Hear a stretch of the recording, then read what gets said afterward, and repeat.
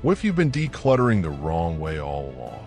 What if the secret isn't throwing things out, but choosing what truly deserves to stay? The Amish live like that. Backwards. Simple. Precise.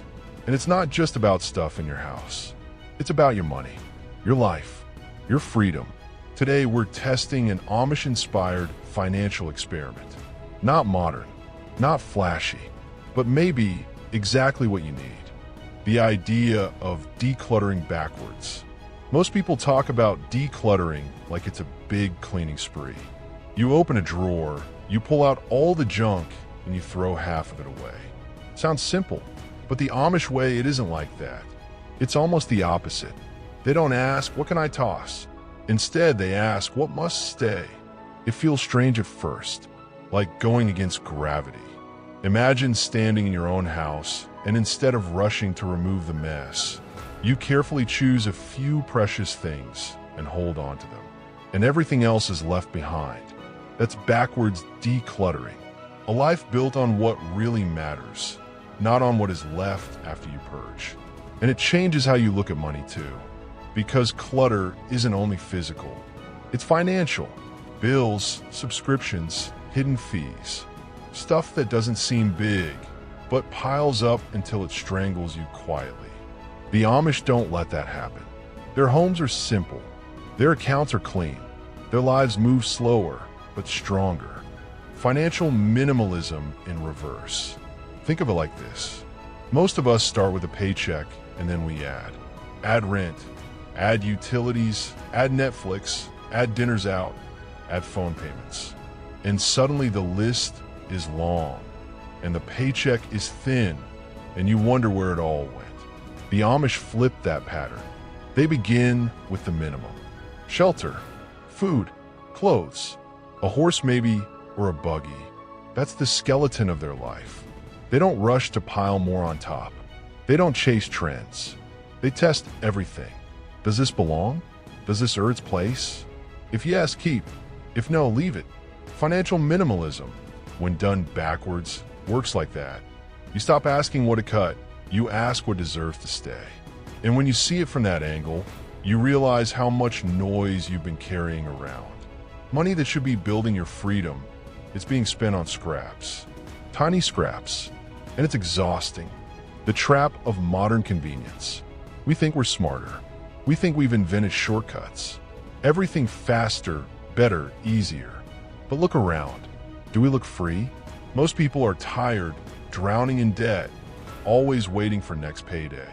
Modern convenience comes with a price tag. A big one. You buy the new phone. You upgrade the car. You sign up for 5 subscriptions, even though you barely use one. It looks shiny. It feels like progress. But it eats your life away in quiet bites. The Amish avoid this cycle. They don't play in that game. They cut out what doesn't matter before it can even enter. No endless repairs, no constant upgrades, no monthly fees stacked high. That's why they sleep better at night. That's why they're not trapped in the stress loop. If you copy this, even partly, you'll notice something strange. You don't feel deprived. You feel lighter, like a weight has been lifted. Choosing what truly stays.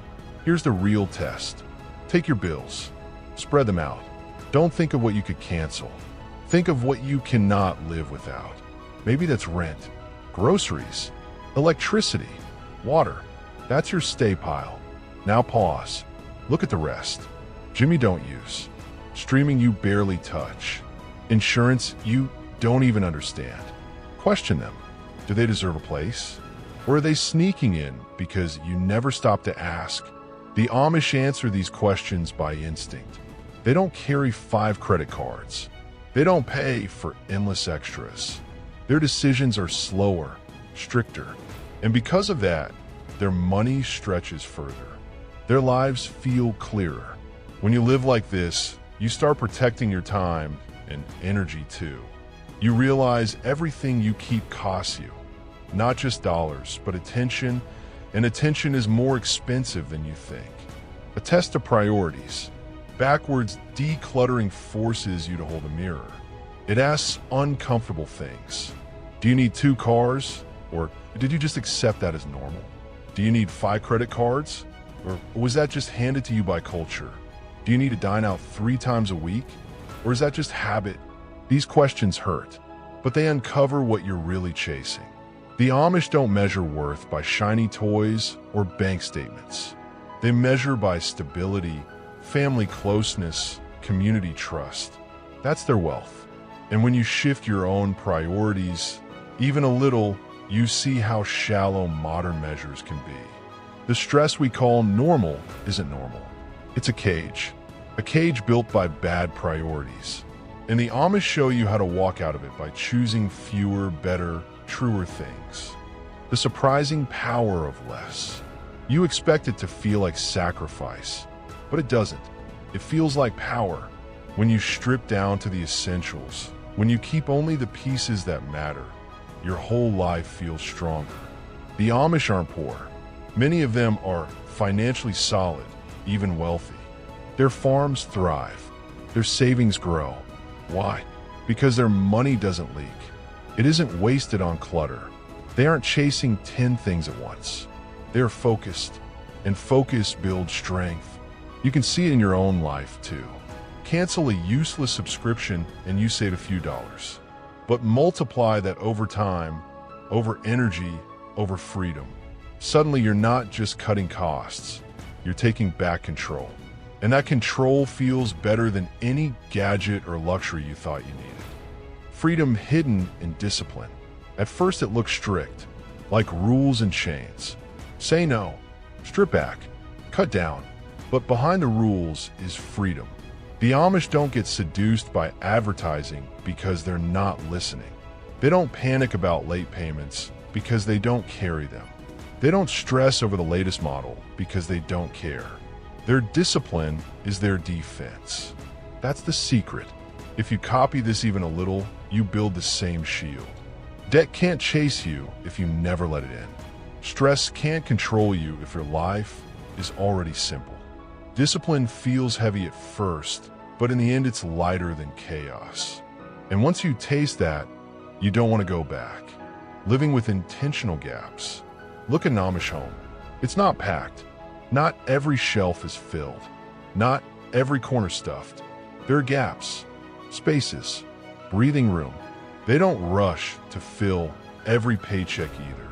They leave room. Gaps in time, in money, in things. And that's what keeps them sane. Modern life teaches the opposite. Fill, fill, fill. Another payment, another subscription, another loan, until there's no space left, only pressure. But the gaps are what make life soft again. The gaps are where peace lives. When you learn to hold back, to leave space, you discover you don't miss the things you thought you needed. You actually feel richer with less. That's the paradox. Testing the experiment in modern life.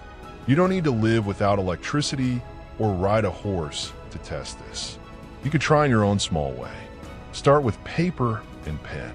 Write down the 3 or 4 things you absolutely cannot live without.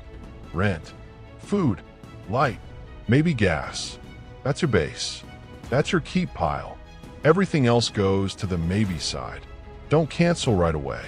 Just observe. Watch them. Question them. Slowly, over time, you'll see how many don't actually deserve to stay. And when you start cutting them, your life doesn't shrink, it grows. Suddenly you have extra money, extra time, extra peace. You realize you've been carrying too much for too long. And backwards decluttering shows you how to set it down.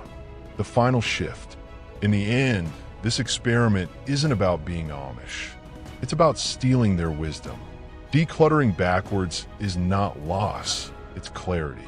When you choose your essentials first, when you protect them, and when you let go of the noise, life changes.